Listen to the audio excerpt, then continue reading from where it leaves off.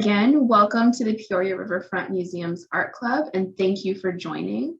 I'm Everly Davis, the Educator and Student Engagement Coordinator, and I'm delighted to be hosting Allison Walsh for today's Art Club presentation.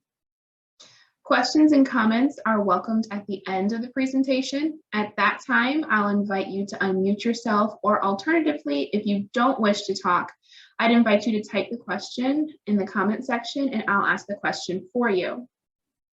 Now, allow me to better introduce our presenter. Allison Walsh is an independent documentary filmmaker, freelance videographer, and fine artist who is committed to local political advocacy and documenting social issues in the Midwest. Walsh's films have screened around the world, including France, Mexico, Spain, and around the United States. Walsh is the founder of the Big Picture Film Festival in Peoria, Illinois, which was funded by and part of the Big Picture Initiative in 2018-2019. Walsh holds a degree from Bradley University, where she studied painting, Spanish, and philosophy.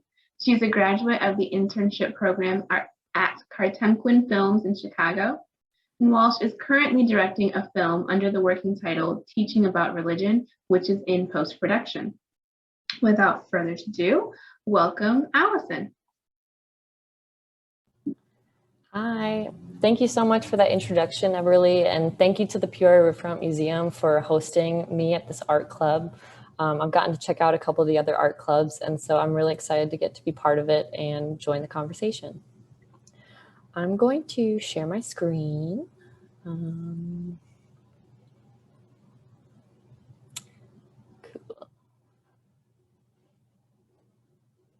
All right, does that look okay? Okay, that's me. My name is Allison Walsh. I am an artist and filmmaker, and today I'm going to talk about an introduction to my work and how I got involved in filmmaking. I'll show you a couple examples of a few of the films that I've made, and then what I'm really excited to talk about is the top things that I've learned about being an artist in my 20s. So I first wanted to briefly show a couple paintings that I've made. I studied painting at Bradley University, where I also studied Spanish and philosophy. And I think my painting work really kind of shows where I started in my art and themes I'm interested in and themes I'm still sort of exploring in my film work. So at the time, I was making a lot of paintings about bodies. I'm very interested in bodies and sensation. And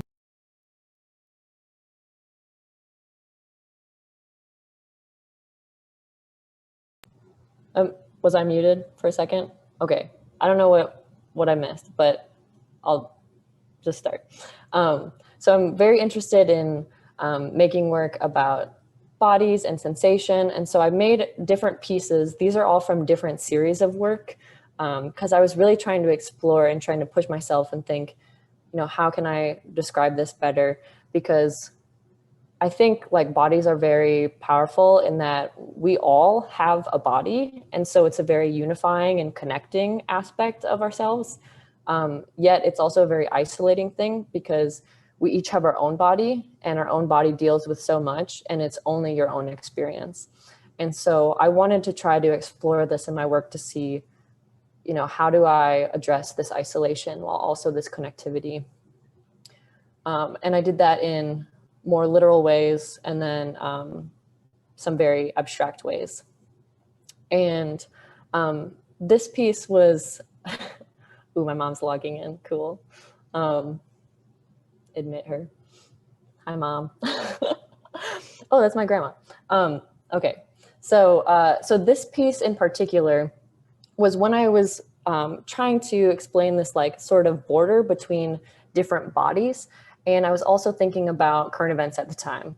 So in 2016, I was studying Spanish, philosophy, and painting, and there were a lot of really heated debates about the border between US and Mexico. And so I was thinking about this and it started to influence my painting work. And then it really drove me that I wanted to make a documentary. And that's how I initially got started with documentary and with film. There was an opportunity to apply for a grant and make a project over the summer. And so I decided, I was like, instead of painting, I actually really want to try to make a film. I've never made a film before, but I think this would be a cool opportunity. And I actually didn't get the grant, but that idea still stuck with me. And so, 8 to 10 months later, I was like, I still really want to make this project. And so I started a Kickstarter and for like $1,000, and it helped me buy a camera. And so I went and I started a film about the US-Mexico border in El Paso and Juarez. So the film was called Parallel Lines, and it was a really exciting opportunity for me because it was a kind of artwork that I had never made before. So I went to El Paso. My second cousins live in El Paso. I had never been to the border. I had never visited them before. And I had so many questions, and I just wanted to go and be really honest and authentic and humble and ask questions and learn more about what it's like actually at the border, because I just felt like there was so much heated debate going on about the border when I, had never even been there. I'm like, I don't really know that much about it. Everyone has their own opinion about it, but it's really great to find opportunities to just learn more. So I took this opportunity and got to see a lot of really cool things along the border in El Paso and Juarez. And I started this project off by myself, but then I got to have crew members as I went, including my sisters and other filmmakers in Peoria. I also started collaborating with a news broadcaster in El Paso. And so it just continued to make the film and the project better. And I got to keep working with more people and collaborating. And I got to see really cool things. So my first trip when I went for a few weeks, and it was mostly just interviews. And then I'm an artist, so some performance pieces that I also wanted to incorporate into the film. And then I came back for a second trip with a friend from Peoria, Alexis Carbolito, who's also a filmmaker. And we decided to go have our trip be during Halloween and Dia de los Muertos, because I thought that'd be a really cool opportunity to get to see the culture at the border. So on Halloween, we saw so many people from Juarez coming over to El Paso to celebrate the American holiday of Halloween. And then a couple days later, we had so many people from El Paso coming over to Mexico to celebrate Dia de los Muertos. So I got to really see that cultural fusion, and those kinds of things just really interest me. So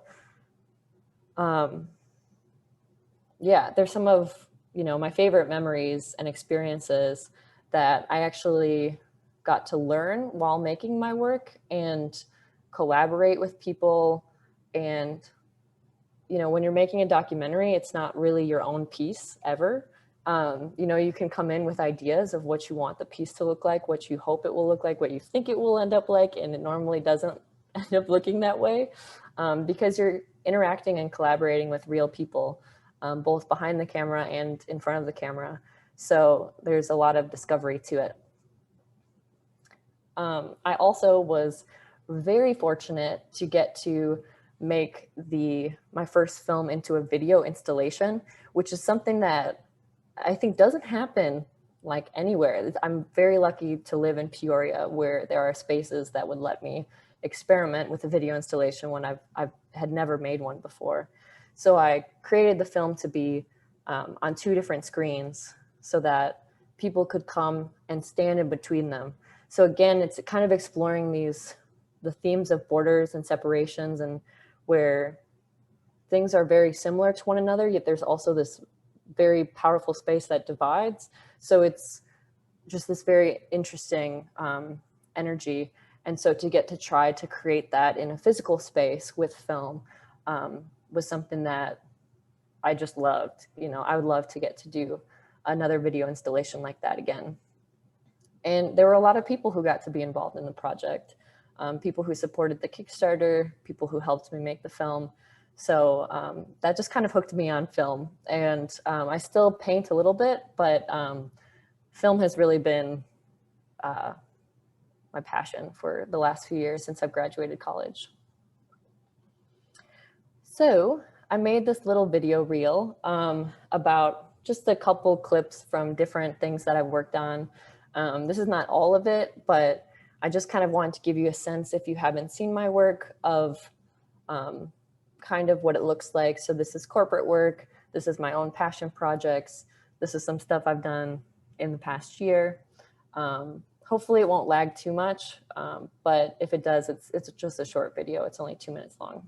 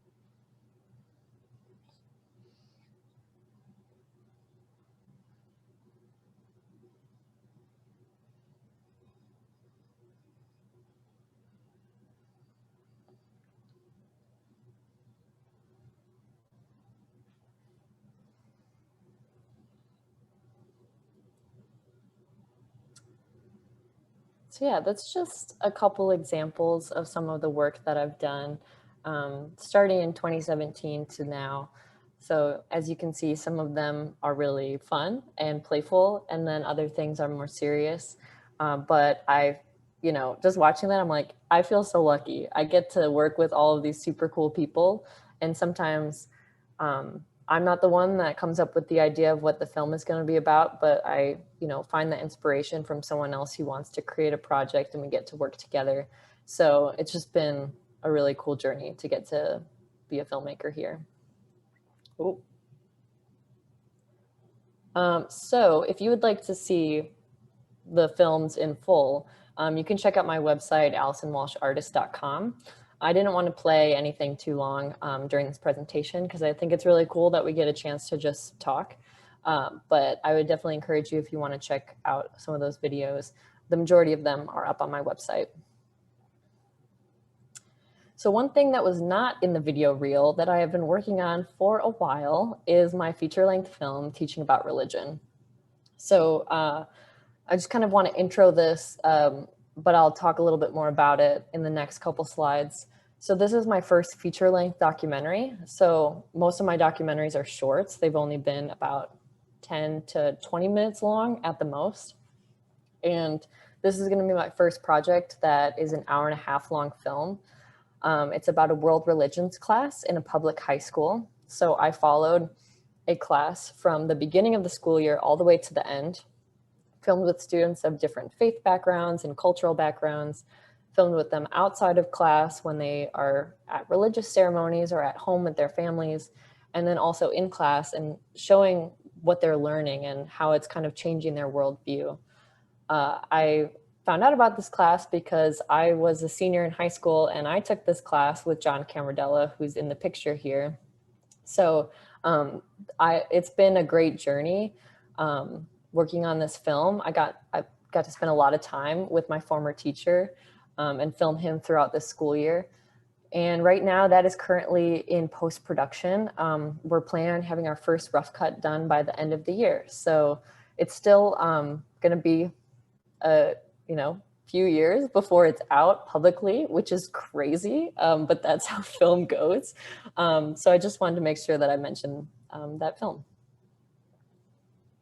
Okay, here are a few things that I've learned about being an artist in my 20s. I was very excited that this presentation was pretty open-ended. I think a few of you have already seen some of my work, and my website is there if you want to check it out more. But I think being an artist is not just about the work that you make, but it's about your whole self as an artist. And there have been a lot of things that I've learned about in my 20s. I'm currently 27 years old. So here are a few things. And I hope it's either helpful for you if you're in your 20s or beyond, or entertaining, or some things will resonate with you. At least entertaining, I hope. Okay, so the first thing I've learned is to get comfortable with rejection. Take the lesson and be a goldfish, because goldfish forget things really quickly. That is a Ted Lasso quote. My painting professor, Heather Braumeyer, gave this great presentation to us when we were at Bradley that was all about rejection, just like how many rejections you should expect. And I was like, sure, yeah, but once you're out of school, it's just so real. You're just like swimming in rejections. Like if you're really putting yourself out there, you get a lot. And you don't have grades to keep saying like, you're doing it, good job. It's just like cold email, like rejection. Too many people applied, so we can't even tell you anything about it. Sorry, goodbye. And that's just kind of a part of the process. And that's something that I've really learned is just to get comfortable with that. That's not failure. That's literally just part of the process. So I like to think that, I apply for grants kind of left and right, especially for projects like teaching about religion, because it's a feature-length film, and that takes a lot of work and a lot of crew members. And as the director, I'm responsible for finding the funding and going out and doing that. So, I'm applying to all the grants that I can. And so I like to think that about 9 out of 10 times you'll get a rejection. And so far that's been like fairly accurate. So I've started counting up the rejections, and I have to be the one to forward on the rejections to the rest of my team who helped me work on the grant. And that's just been kind of a sad experience to have to do. So we made it fun. And now, I just sent an email this morning with a rejection. I said, rejection 6 out of 10, we're getting there, closer to that 10 out of 10 where we're finally going to get it, and we're just counting them up. And then we also have started to share fun facts every time we get a rejection. So like, what's your favorite ice cream flavor? What's your favorite vacation? And then we just kind of keep it light and fun because, it's just a part of life. And the last thing too that I'll say about rejections is I think it's really good to know that when you're putting yourself out there and you're not getting something, it's not necessarily that it is just this cold email that no one read your project and it just disappeared into a void. Like there are people out there in the universe talking about you and your film and your project, and there's likely a lot of people out there rooting for you too. I had a really cool experience where I met someone and he was like, Allison, teaching about religion? And I was like, yeah, how'd you know? And he was like, I was on a panel for a grant that you applied for. I was rooting for you, but they didn't ended up going for it. But I really liked your project and I voted for it. And that just like meant the world to me to know that someone chose my project as being the best, even though it didn't go through. And, in that specific situation, he's even like, recommended me for other projects in Chicago. And so that's like worked out very nicely. But just to know that, like you're knocking over dominoes in the universe when you're putting yourself out there. So maybe if he's on a panel again and he sees my project, he's going to root for it because it didn't end up going through last time. So that's just a big thing that I've learned, is that, you know, if you put yourself out there, expect a lot of rejection, but it doesn't mean that it's a failure. Like, it's doing a lot of work. Number 2, sometimes you have to work. So I just thought that this is kind of funny, because as an artist, sometimes like the work art dynamic, like how to make money and how to make your work, is a big conflict. And that's something I'm constantly growing and learning about.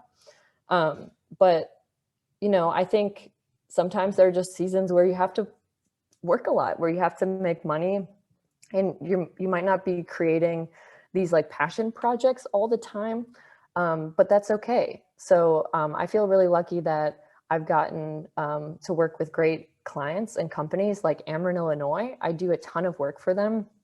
And when I get to go out and work for them, you know, I'm learning about my craft. So I do full-time videography and film work. And so the films are more my passion projects, and the videography is how I get paid. But I can learn from both things. And so like, this is one project that I worked on recently, where, you know, I borrowed a camera to make this project, and I really liked using this camera. So I purchased it, and now I get to use that camera for both my passion projects and my corporate projects. So I think there's a lot that you can learn from working and from like trying to make money. And it's also okay. Like right now, sort of the floodgates have opened when it comes to corporate videography. Like, everyone wants videos right now, and there are seasons where that's really not the case and there's not a lot of video work. So I just like have kind of accepted, like, this is a season where I'm going to work a lot, and that's okay. And I'm not always going to try 110% on my own creative personal artwork all the time. And like, that's just, for me, okay with me. Like, I'm not going to come home every night and like work myself to the bone doing other personal projects. That's just in my life not sustainable. So it's okay to have seasons where you're not doing as playful creative projects. But, you know, like in this really intense season of work that I'm in, if the 48-hour film festival comes up, like, I'm totally going to do that and spend 2 days and like make this cool project. But I don't have to do that every single day. I don't have to do it every weekend. Number 3. So this is especially regarding teaching about religion, but one project may take up to 25 to 40% of your life, but don't worry, because you haven't lived that long yet. So this feature-length film of mine has, you know, started in 2018, and it's going to be another 2 years, I think, at least. And then there's also distribution, and that takes even longer. And so I just had this realization the other day. I was like, that's like a big chunk of my life. It's kind of crazy. But that's okay, because I haven't lived that long yet. I think it's just cool that you can have these phases of your life where you're working on one project for 5 years, you're working on another project for 2, maybe this other one for 8. And like, that's all good. That's all part of who you are and part of your portfolio. Yeah. And so it kind of also, though, leads into the next one. Number 4, just because you take 10 times as long on a project doesn't mean it will be 10 times better. This is also something I've really had to come to terms with in my feature-length film, that I can't just assume that like, just such high expectations that like, this is going to be the best thing I've ever made because every day I work on it, it's going to be the best.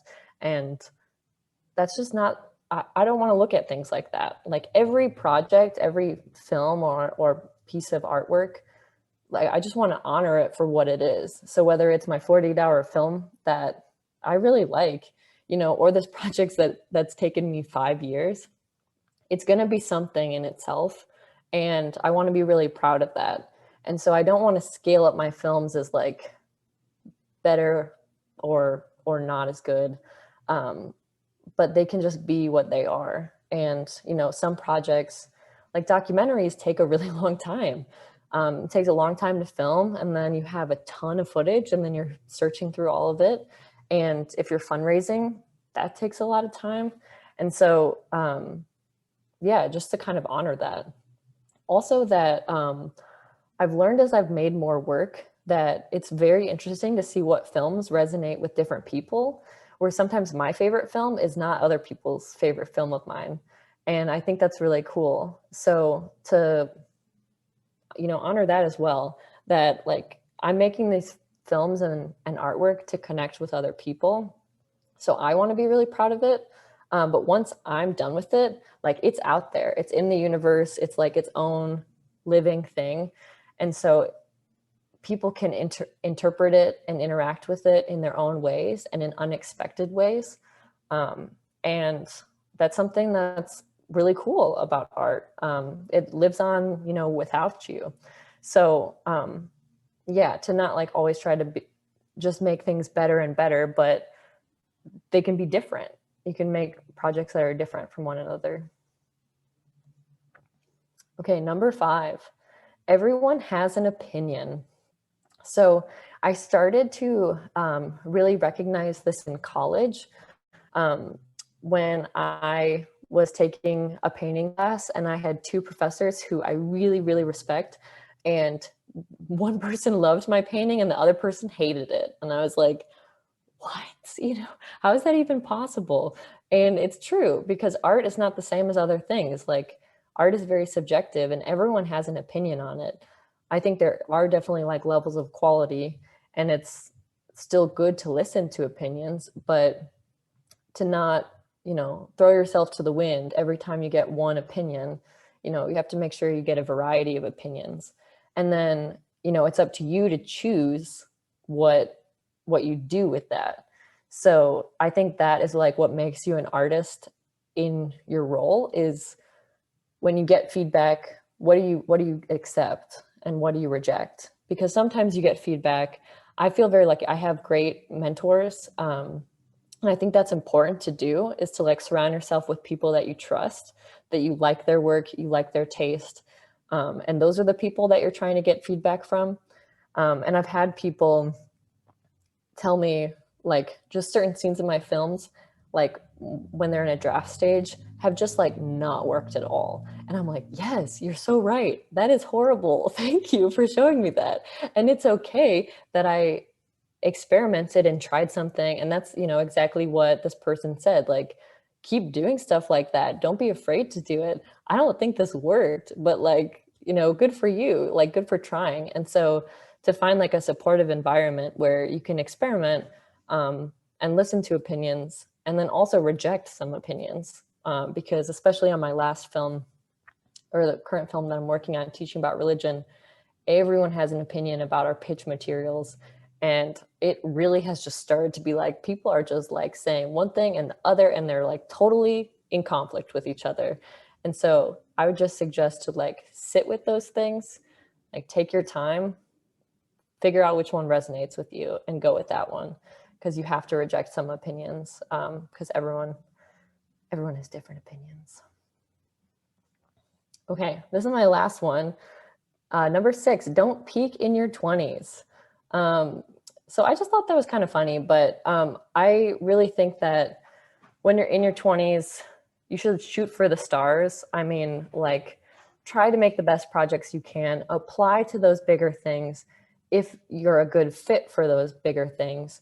But don't also like make that your bar of success. When I first graduated from Bradley and I was getting into film, I saw these filmmakers who made their first films and were nominated for Oscars, and they were doing all these things. And I'm like, I should do that too.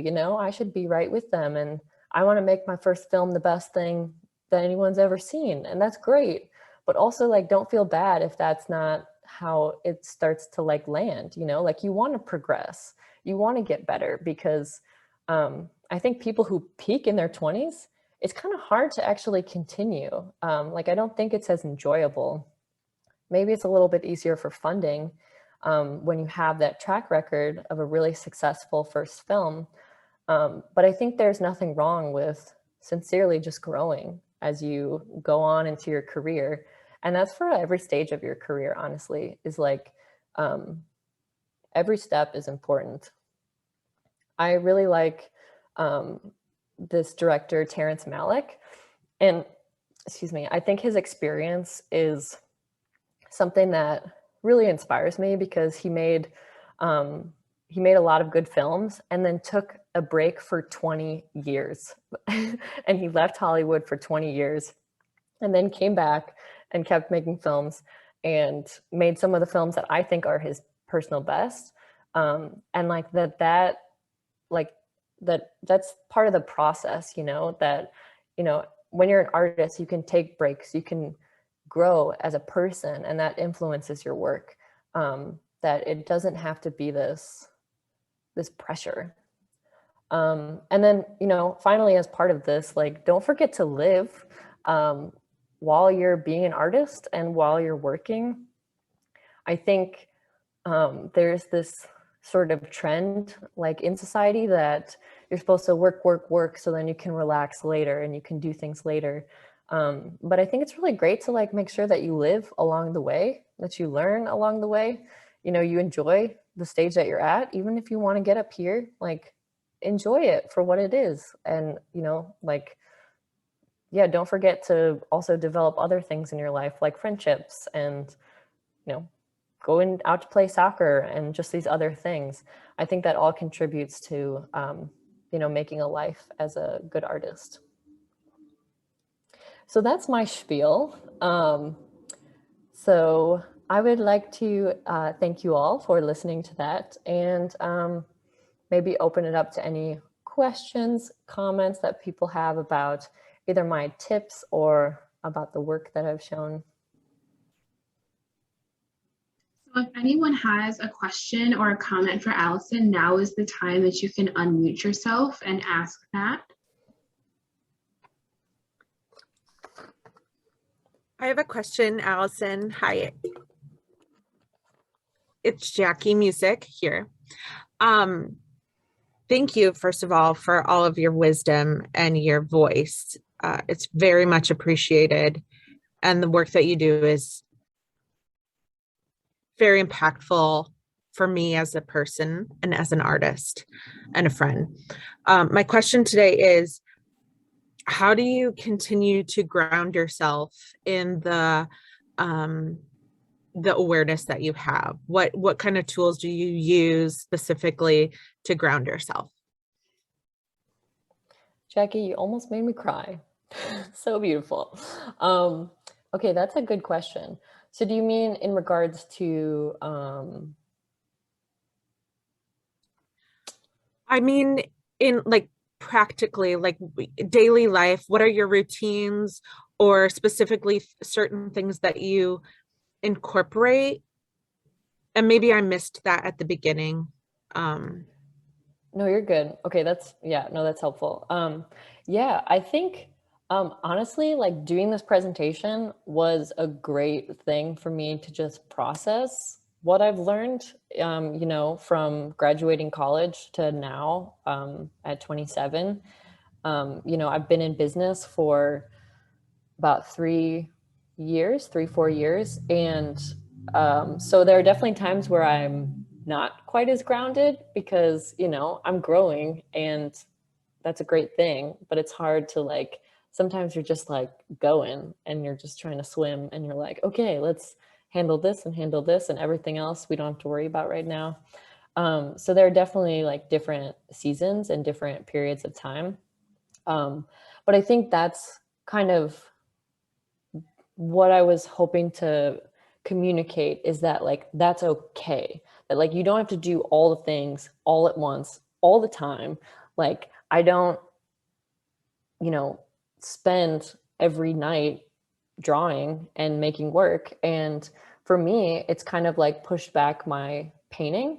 And that's like something that I'm okay with. Like, I would like to continue to paint in the future, but I just haven't really like had the time to feel like that fits in the balance that I'm doing right now. So yeah, I think that's one of the good things, is just to remember like that there are different seasons of life. You can be sort of a normal person for like certain seasons, like instead of just an artist, and that's okay. And I also do a lot of yoga. Like, I've like found a really great community at Soulside Healing Arts. And seriously, on some days where I spend a lot of time just like editing, absorbed in a film, it's really nice to feel grounded and feel part of a community at Soulside. Thanks, Jackie.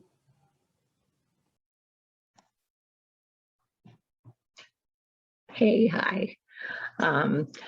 I, like Jackie, want to thank you for doing this today. We met as you had just come out of, or were coming out of college, and I'm so proud of you to see that your consistency. And I'll tell you, I wish that I had all those things that you learned in your 20s. There's many of those I'm still working on. But the video that you put, the compilation, there were just so many beautiful moments in there of remembering just seeing you blossom has just been a real privilege. And so excited to see what's gonna keep happening down the road, and so glad to have you as a friend, but also as a community, person with us as well. So thank you. Oh, thank you so much. Oh, yeah, I feel really grateful to get to be part of the art community here in Peoria. Yeah, I met Barbie at the Prairie Center of the Arts, where I had the exhibition with Parallel Lines. And that was just such a cool opportunity because I wasn't even planning on staying in Peoria after I graduated. Even like when I had graduated, that was not the plan. But I got a residency at the Prairie Center of the Arts. And so I needed to edit this film. And I was like, that's perfect. I'm going to spend the summer here. A lot of my friends are still here. I don't feel like moving yet. And then I stayed, and then stayed for a couple more months. And then I was like, I don't actually really want to put an end date on this. And yeah, now I'm here and I love it.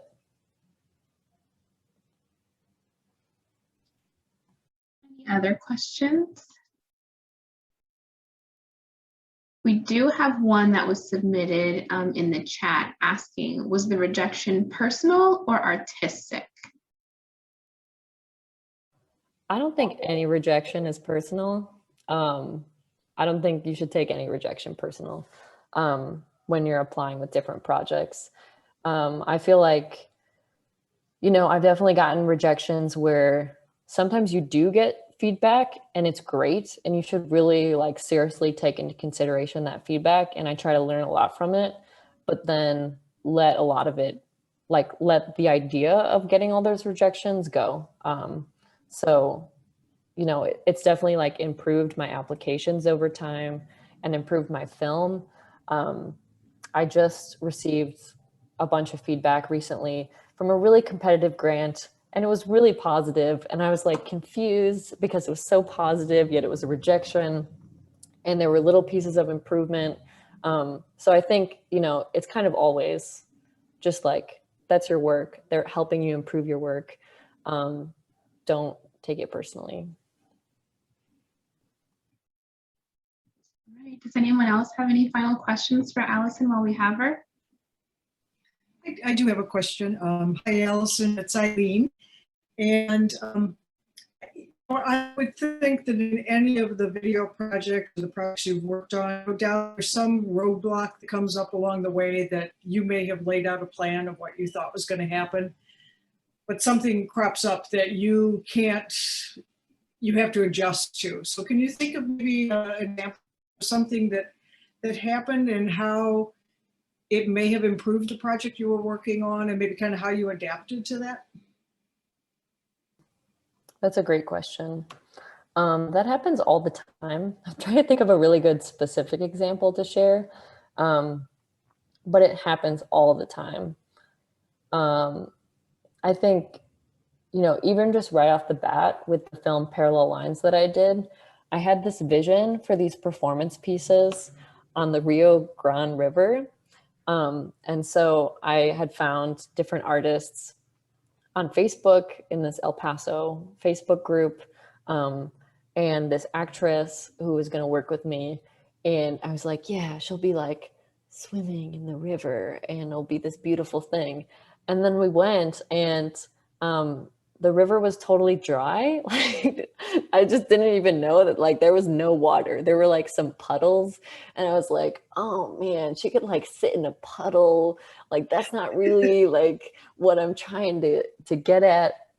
And so then it just ended up, we were like, okay, well, maybe you could just walk in the dirt in this riverbed. Like, let's just give that a try. And it ended up working out really well. I like to call those things like collaborations with the universe. When you plan it a certain way, it doesn't go that way, and you're like, oh no, but it ends up being better than you could have planned. I think that happens all the time, especially with documentary. And yeah, it continues to humble me on every single one of my projects. So I think, you know, it takes a lot of resilience and like a lot of like grit to be able to like feel like there are points that feel like it's like failing, like it's not working. And that's just part of figuring out really what that story is. Like you're going this way and the universe is like, nuh-uh, you want to go that way. Like this is the story. And there are a lot of cool stories about documentaries where like one of my favorite films, Honeyland, is about this one of like the last natural beekeepers in Macedonia. And the project was supposed to be about a couple different beekeepers, and some things weren't working out. And then they discovered this woman who was just amazing. And this like crew decided like, we should just make the film about her instead. Like those things aren't working out. And this is the story. So they were like, sorry, everyone else, like scrap the rest of the story. Like that happens a lot. Like, so, but when you really find like this is like what we stumbled upon and this is powerful. So it happens all the time. Thank you. I have another question, if I may. One of the things that I think Jackie may have let on as well is when the part which I found hilarious when it was like sometimes you have to work, because even though I don't need, and we're retired, so I don't have that the commercial or feeding me portion, but I do have the portion that I would prefer to just make art. And how do you approach the business side of it, like your business management? Do you do that on a daily basis or kind of an as is? Do you have staff? Do you have kind of like, how are you approaching the business part? And if I may, thank you. Sure. That's a good question. Yeah, I think, that idea of like work, that I think everyone has to do that, whether like you're going to a job and that's different than the work that you're making, or the work that you're making, you still have to like live a life and you still have to manage things. And sometimes your work is complicated and then it creates these other things that you have to do. I think like during the beginning of the pandemic, I was very interested in business coaching. I got a couple free, like trial business coaching sessions, and started following a couple blogs that really helped me just to feel better about the balance and give me a couple tips, because often artists were working by ourselves, we're managing things by ourselves, and it's not always a team. And so just for me and like my business, I've started to like do things like invoicing on Friday mornings. Like just that is the time that I try to do invoices. And so I can try to like forget about them for the rest of the week and just think about it during that time. And then honestly, like making a feature length film though is like a lot of business. It's tough. And that's where like I have to give myself a lot of grace that like it just takes a lot of chunk of time that I'm doing business a lot. And sometimes I'm even, when you're working on a team, you know, if I have to do business and creative, sometimes I'm like, well, you know, my editor is going to do more of the creative because someone has to do the business and it has to be me right now. So like sometimes I have to make sacrifices like that and like rely on other people to help me, because you can't do everything at once.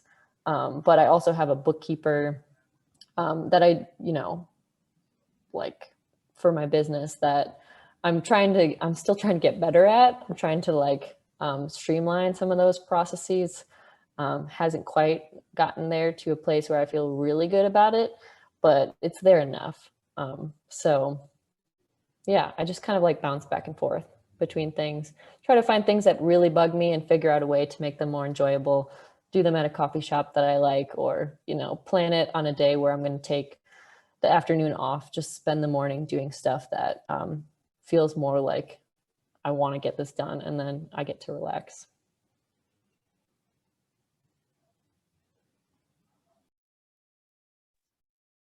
All right, last call for questions.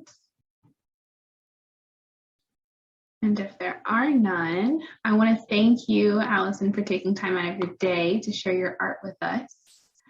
And thank you everyone for attending Art Club today. Again, a huge thanks to Allison for presenting on her amazing work, and be sure to tune in next month on Tuesday, September 14th at 1 o'clock when we host Jeremy Berkeley for a special presentation of his pop artwork. Yeah, Allison, I'm excited too. Thanks also to the museum members and Visionary Society members for their continued support, making our virtual programming possible. And thanks everyone, until next time. Yeah, I just want to say quickly too, thank you all so much. You know, this group is full of artists who have inspired me and collaborated with me and supported me in such a variety of ways. I feel so grateful to be here in Peoria and to get to have your support and get to contribute to this art community with you. So I love you guys. I don't know if I'm allowed to end like that, but I do. What a very heartfelt way to end. And I hope everyone enjoys their day. Bye, everyone.